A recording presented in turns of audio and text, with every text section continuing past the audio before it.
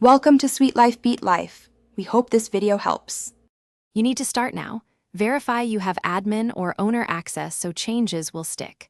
Open the phone or communication app, tap Settings, then Calls and Recording to reach the control panel. Once there, scan for active recordings, recording schedules, or rules that initiated captures. Make sure to note whether recordings are automatic or manual so you know what to disable. This step prevents surprises later. If you skip verification, you could leave recordings running unintentionally. Now you will stop the recording itself. Flip the global recording toggle off or disable per-user switches if your system uses individual controls.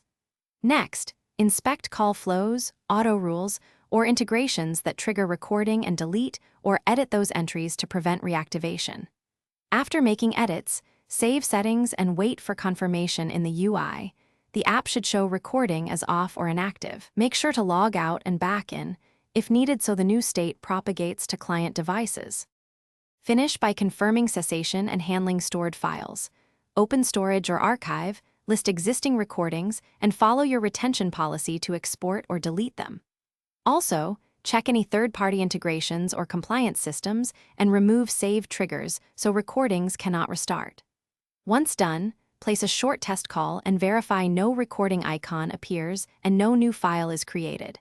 If a recording persists, clear app caches and recheck automation rules. That often resolves hidden triggers. Thanks for watching. Consider subscribing if we helped you.